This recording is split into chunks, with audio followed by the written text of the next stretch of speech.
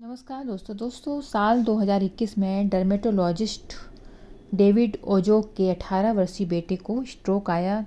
तब doctor Harvard university के एक सहकर्मी ने सिर पर रेड और नियर इंफ्रारेड लाइट के इस्तेमाल की सलाह दी।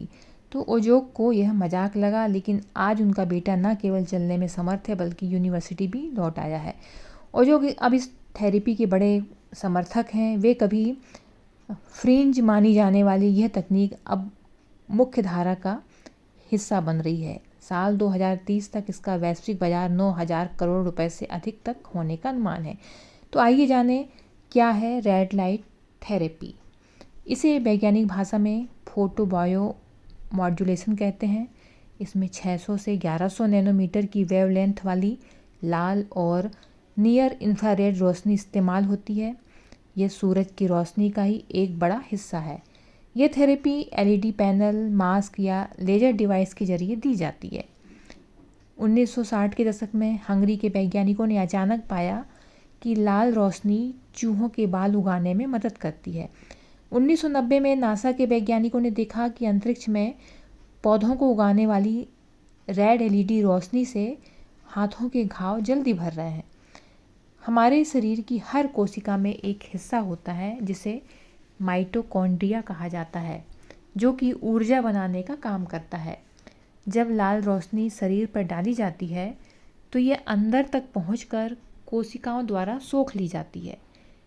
इससे माइटोकॉन्ड्रिया ज़्यादा एक्टिव हो जाते हैं, सक्रिय हो जाते हैं और शरीर में ऊर्जा बनने की प्रक्रिया तेज हो जाती है। वैज्ञानिकों का कहना है लोग आजकल ज़्यादातर समय घरों में बिता रहे हैं। ऊर्जा बचाने वाली आधुनिक लाइटिंग ने स्पेक्ट्रम को संकरा कर दिया है, जिससे हमें वो प्राकृतिक लाल रोशनी नहीं मिल पा रही है जो कि हम सबको सूरज से मिला करती थी। प्राचीन काल के लोग, पुराने ज़माने के लोग पहले दिन के रोशनी में ज़्यादा रहा करते थे और आजकल लोग घरों में ज़्यादा रहते हैं। तो यहाँ पे डॉक्टर ओजोक कहते हैं कि हम जैविक रूप से उस रोशनी के लिए बने हैं जिससे अब हम सब वंचित हो रहे हैं। अधिकांश लोगों का समय अब घरों में बीत रहा है, ऑफिस के अंदर बीत रहा है। पहले लोग अधिकांश बाहर खेतों में काम किया करते थे, पर आजकल लोग खेतों में भी जो किसानी हो गई है, खेती हो गई है, वो मशीन से होने लग गई है। ऑफिस का काम लोग ज़्यादा करने लगे, जिससे लोग एक छत के नीचे अपना समय गुजार देते हैं। विशेषज्ञों के अनुसार यह थेरेपी कई मामलों में सुरक्षित और प्रभावी पाई गई है, जैसे कि बालों का झड़ना, रेडिएशन के कारण होने वाली त्वचा की सूजन, नसों का दर्द और पैरों के अल्सर यानी घाव। तो उम्र के साथ कम होती आँखों की रोशनी, डिप्रेशन जैसी स्थितियों में यह थेरेपी बहुत कारगर है। इस थेरेपी से पार्किंसंस रोगों में डोपामाइन बनाने वाले न्यूरॉन्स को बचाने की उम्मीद दिखाई दे रही है।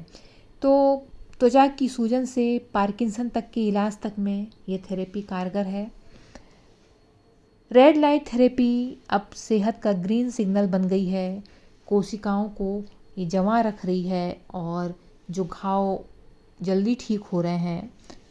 और अब तो 9,000 करोड़ रुपए की इंडस्ट्री तक होने का अनुमान लगाया गया है। तो अब वैज्ञानिक भी इस थेरेपी को, रेड लाइट थेरेपी को उपयोग कर